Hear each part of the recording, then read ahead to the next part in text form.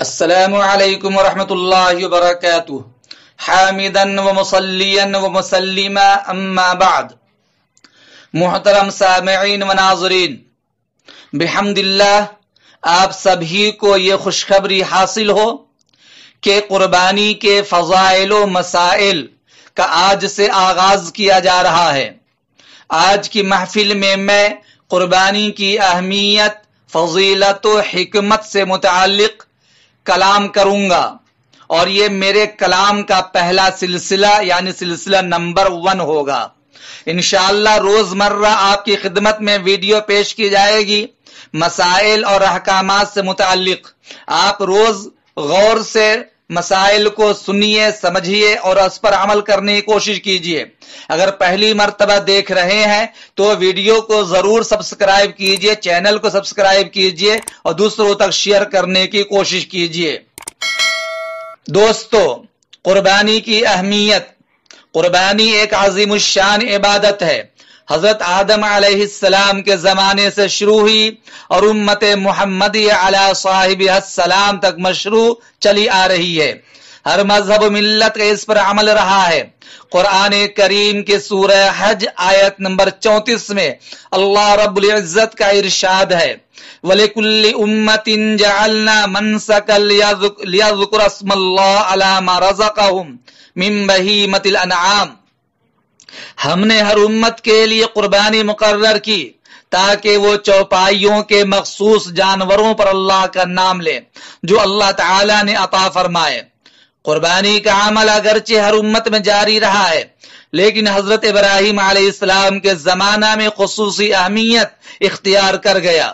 اسی وجہ سے اسے سنت ابراہیمی کہا گیا ہے، کیونکہ حضرت ابراہیم علیہ السلام نے محض خدا کی رضامندی کے لیے اپنے بیٹے حضرت اسماعیل علیہ السلام کو قربانی کے لیے پیش کیا تھا.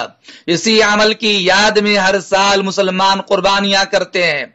اس قربانی سے ایک اطاعت شعار مسلمان کو یہ سبق ملتا ہے کہ وہ رب کی فرما برداری اور اطاعت میں ہر قسم کی قربانی کے لیے تیار رہے اور مال و متاع کی محبت کو چھوڑ کر خالص اللہ تعالی کی محبت دل میں پیدا کرے. نیز قربانی کرتے وقت یہ بات بھی ملحوظ رہنی چاہیے کہ قربانی کی طرح دیگر تمام عبادات میں مقصود رضائے الہی رہے، غیر کے لیے عبادت کا شائبہ تک دل میں نہ رہے. گویا مسلمان کی زندگی اس آیت کی عملی تفسیر بن جائے جو سورہ انعام 162 نمبر کی آیت ان صلاتی و نسکی و محیای و مماتی للہ رب العالمین، کہ میری نماز، میری قربانی، میرا جینا، میرا مرنا سب اللہ کی رضامندی کے لیے ہے جو تمام جہانوں کا پالنے والا ہے. قربانی کی اہمیت اس بات سے بھی واضح ہے کہ نبی اکرم صلی اللہ علیہ وسلم نے مدینہ منورہ میں 10 سال قیام فرمایا اور قربانی پر مداومت فرمائی. حضرت عبداللہ ابن عمر رضی اللہ تعالی عنہما فرماتے ہیں، اقام رسول اللہ صلی اللہ علیہ وسلم بالمدینہ 10 سنین یضحی. رسول اکرم صلی اللہ علیہ وسلم نے مدینہ میں 10 سال قیام فرمایا. اس قیام کے دوران آپ قربانی کرتے رہے. قربانی کے فضائل کے متعلق بہت ساری روایات احادیث میں مروی ہیں.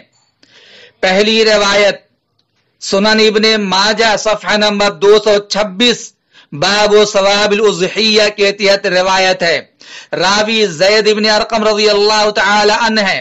قال قال صحاب رسول اللہ صلی اللہ علیہ وسلم یا رسول اللہ ما هذه الاضاحی قال سنة ابیکم ابراہیم علیہ السلام.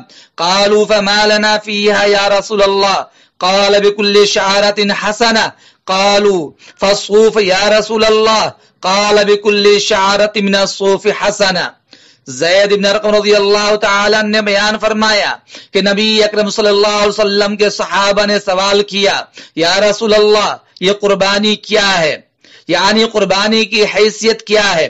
آپ صلی اللہ علیہ وسلم نے فرمایا، تمہارے باپ ابراہیم علیہ السلام کی سنت اور طریقہ ہے. صحابہ رضی اللہ عنہم نے عرض کیا کہ ہمیں اس قربانی کرنے میں کیا ملے گا؟ فرمایا ہر بال کے بدلے میں ایک نیکی۔ صحابہ کرام نے پھر سوال کیا یا رسول اللہ اون کے بدلے میں کیا ملے گا؟ فرمایا اون کے ہر بال کے بدلے میں نیکی ملے گی۔ دوسری روایت جامع ترمذی جلد نمبر 1 صفحہ نمبر 275 پر باب ما جاء فی فضل الاضحیہ کے تحت حضرت عائشہ رضی اللہ تعالی عنہا کی روایت ہے ان رسول اللہ صلی اللہ علیہ وسلم قال ما عمل آدمی من عمل یوم النحر احب الى اللہ من احراق الدم انه لا تأتي يوم القيامة بقرونها وأشعارها وأظلافها وإن الدم يقع من الله بمكان قبل أن يقع من الأرض فطيبوا بها نفسا۔ عید الاضحیٰ کے دن کوئی نیک عمل اللہ تعالیٰ کے نزدیک قربانی کا خون بہانے سے زیادہ محبوب اور پسندیدہ نہیں، اور قیامت کے دن قربانی کا جانور اپنے بالوں، سینگوں اور کھروں سمیت آئے گا، اور قربانی کا خون زمین پر گرنے سے پہلے اللہ تعالیٰ کے یہاں شرف قبولیت حاصل کر لیتا ہے، لہذا تم خوش دلی سے قربانی کیا کرو۔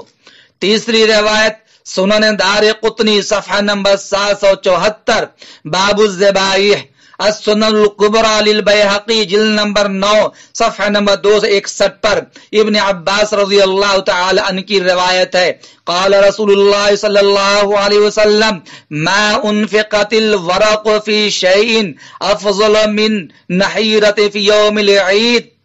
حضرت ابن عباس رضی اللہ عنہما روایت کرتے ہیں کہ رسول اللہ صلی اللہ علیہ وسلم ارشاد فرمایا کسی خرچ کی فضیلت اللہ تعالیٰ کے نزدیک بنسبت اس خرچ کے جو بقرعید والے دن قربانی پر کیا جائے ہرگز نہیں۔ میرے محترم بزرگوں دوستو، اس سے معلوم ہوا قربانی کی بڑی عظمت و فضیلت ہے۔ دل کھول کر انسان کو قربانی کرنی چاہیے، اللہ تعالیٰ اس کے بدلے بے شمار نیکیوں سے نوازتا ہے۔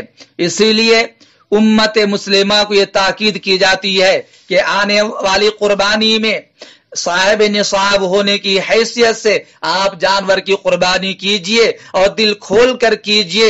سمنوا ضحایاکم فإنها علی الصراط مطایاکم، فروا جانور کی قربانی کرنا تاکہ پل صراط پر وہ سواری کا کام آ سکے۔ امید کہ آپ کو قربانی کی اہمیت، فضیلت سمجھ میں آ گئی ہوگی۔